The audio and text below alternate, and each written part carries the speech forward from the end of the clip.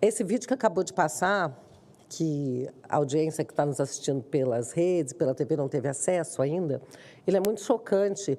E eu tive a oportunidade, senador Girão, de, na sua companhia, participar da Marcha pela Vida, a Marcha contra o Aborto em Washington. E eu acho que todo mundo que tiver a oportunidade de participar dessa marcha deve fazê-lo. É realmente muito impressionante. Mas eu vou me reportar aqui a um trecho da fala da doutora Nelise, quando ela faz um histórico da questão do aborto e fala da eugenia. E a gente pode afirmar aqui, senador Girão, que o movimento abortista surgiu da eugenia. Eu peguei das redes sociais, onde esse debate está sendo travado também, achei muito interessante.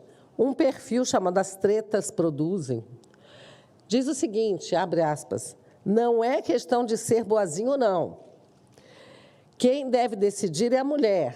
Agora, querer forçar o parto de um ser com uma carga genética podre, com prováveis transtornos mentais, é sim garantir a prole doentia de gente criminosa.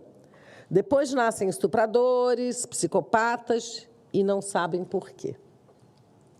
Então, esse bebê está sendo condenado à morte, porque os eugenistas acham que, por ser filho de um estuprador, ele não merece sequer nascer. Nós temos assistindo esse debate com uma total deslealdade e falta de honestidade intelectual por parte da mídia. Eu não assisti o Fantástico, mas me disseram que ontem ele dedicaria uma boa parte da sua programação a tratar desse projeto. Não sei se isso aconteceu, mas é provável que tenha acontecido. Mas o fato é que a mídia está bombardeando esse assunto, desde que nós tivemos a ousadia de pautar a urgência desse projeto de lei 1904, do qual eu sou uma das coautoras. E quero dizer que estamos vivendo, sim, um movimento antidemocrático, quando somos cerceados, quando querem nos calar, quando aqueles que não concordam conosco derrubam, por exemplo, os nossos sites. Eu já passei isso para o presidente da Casa, Arthur Lira. Eu e vários deputados que somos signatários desse projeto tivemos nossos sites hackeados e suspensos. E nós tomaremos providências quanto a isso. Mas o que a gente tem assistido é um debate absolutamente desonesto na base de slogans. Então, o Luciano Huck, por exemplo, no seu programa, o que ele disse na sua campanha contra o projeto 1904? Ele diz o seguinte, eu vou citar aqui um tweet do Flávio Gordon. Ele diz o seguinte, vi que Luciano Huck, em campanha contra o PL 1904, mencionando o problema real e terrível do estupro infantil, criança não é mãe, foi o slogan que o apresentador usou para resumir a sua posição. Mas o problema dos slogans é que ele reduz, simplifica demais situações extremamente complexas. E, por serem tão complexas, estamos aqui debatendo. Ninguém acha que é fácil. Por isso, estamos buscando ouvir médicos, cientistas. E, então, a simplificação dessas situações e apelar exclusivamente às emoções em detrimento da razão. Por óbvio, um monstro que estupra uma menina não está nem um pouco preocupado com a questão e não vai ser demovido por slogans. Portanto, infelizmente, o caso de gravidez precoce por estupro é um dado lamentável da realidade. Resta-nos pensar no que fazer com esse problema, que envolve duas vítimas, a vítima do estupro e o bebê que ela leva na barriga. Aparentemente satisfeito com o slogan, criança não é mãe, Luciano Huck não diz nada sobre o objeto que visa ser protegido pelo PL. Um bebê de 22 semanas ou mais de gestação. E já que sobre isso ele nada falou, então o Flávio Gordon pergunta diretamente ao Luciano Huck. O que você acha que deve ser feito com esse pequeno ser humano?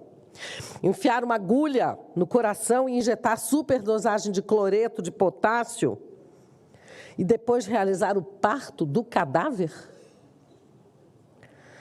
Sim, porque já ficou claro aqui que a partir de 22 semanas e até diante da viabilidade do feto fora do útero, o que se faz é um parto, se induz um parto, só que para minimizar o trauma da mãe, ouvir o choro do bebê, primeiro mata-se o bebê, tirando-lhe completamente qualquer chance de sobrevivência. E então ele pergunta, como você é bem relacionado com especialistas, tem alguma outra técnica que você sugira para isso? E quanto ao objeto removido, qual deve ser o destino? A lata de lixo? O laboratório para experimentos médicos? Ou o que mais? Eu achei muito importante, senador Girão, trazer aqui essa reflexão, é um debate que está sendo feito, não só aqui no parlamento, mas também nas redes sociais, na mídia. Nas redes sociais, felizmente, nós temos o contraponto. Alguém pode defender, por exemplo, o aborto ou a assistolia fetal, e nós podemos nos manifestar favoravelmente. Na grande mídia, isso já não é muito possível. Alguns ainda dão espaço. Eu participei de um debate na CNN, onde eu pude falar, e foi muito bom.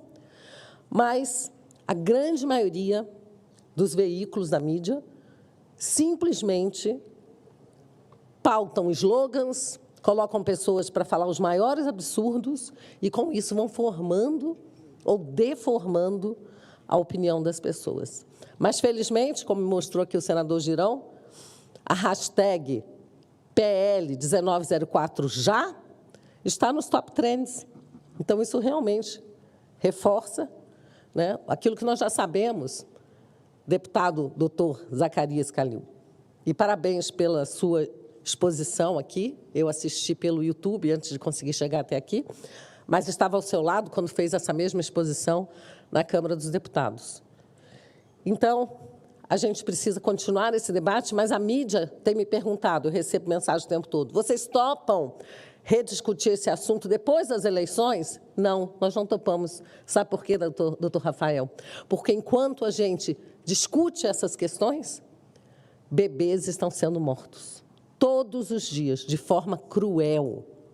O que nós temos que fazer é manter a resolução. Então, se o ministro Alexandre revogasse a sua liminar, voltasse atrás, estava tudo certo. E aí a gente discute com calma.